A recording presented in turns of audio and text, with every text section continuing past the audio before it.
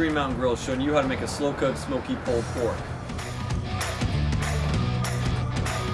The marinade we're using for this recipe, it's going to allow the juices to soak in for an extra 24 hours. And the entire cooking process after that is going to take about 10 to 15 hours depending on how big your pork butt is. This delicious marinade consists of paprika, onion powder, spicy red pepper flakes, some brown sugar, a bit of olive oil, and some Dijon mustard. The combo of Dijon and brown sugar really adds an insane flavor that just gives this thing a kick. Generously coat both sides of the pork butt, hidden every nook and cranny. Don't be afraid to get your hands dirty, folks. Then seal it up, throw it in the fridge, and let the flavor soak for 24 hours. On the day of the cook, pull out that meat early and let it come up to room temperature. Preheat your grill to 380 degrees, and now it's time to finish seasoning your meat with a 1-to-1 ratio of sea salt and coarse ground pepper.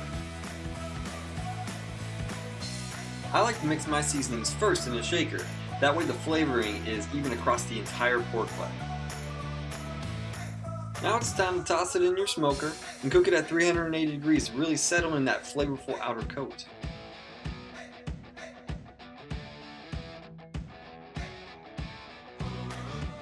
Something I love to add is a good spritz about every hour or so to the outside of the meat.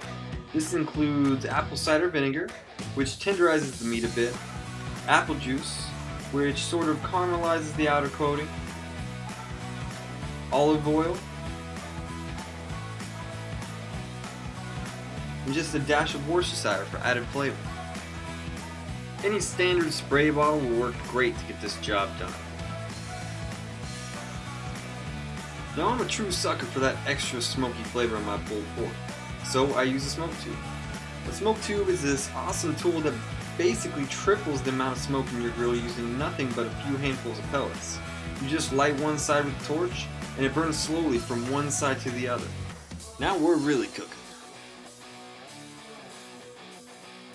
After about an hour of cooking at 380, turn it down to 225 so it can cook low and slow. Place a meat probe in the thickest part of the meat. Make sure that the probe is not too close to the bone so that it reads accurately. This grill is very reliable for long, slow cooks, so I have no problem letting it cook large pieces of meat like this one overnight. Let it cook for around 5 hours or so until it reaches an internal temperature of 160 degrees. At this point, the juices are starting to flow out of the meat, and so we need to wrap it up very tightly with tin foil. This will seal the juices up as it gets to a higher temperature. Be sure to put that meat probe back in when you're done. So at this point, the internal temperature of the pork butt is 195, so that pork butt's done. At this point, the meat is juicy and tender, but not quite ready to be pulled apart. It still needs to be put to bed for about a half an hour so that it stays juicy. I typically toss mine in a cooler with a towel so that it maintains heat. Alright, now this thing is ready to pull apart and serve. But if you want to go the extra mile, after it's done resting, you apply your favorite barbecue sauce to the glaze and put it back on the grill at 275 for about an hour. This extra step will basically just give you extra points for presentation and will add a great look to the outside of the pork butt.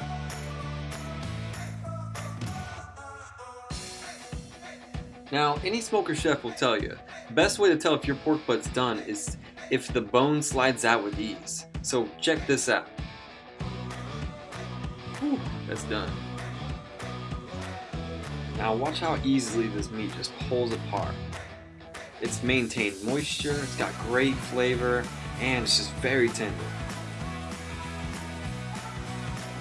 Now this recipe is so awesome because you can really just kind of take this meat and add it to anything you want, as far as pulled pork sandwiches to a pulled pork pizza, or if you just want to have some pulled pork on its own. It presents really well and you have just a ton of extra meat on your own as well. And lastly, cannot forget to wash it down with your favorite cold beverage and enjoy. Thanks folks, see you next time.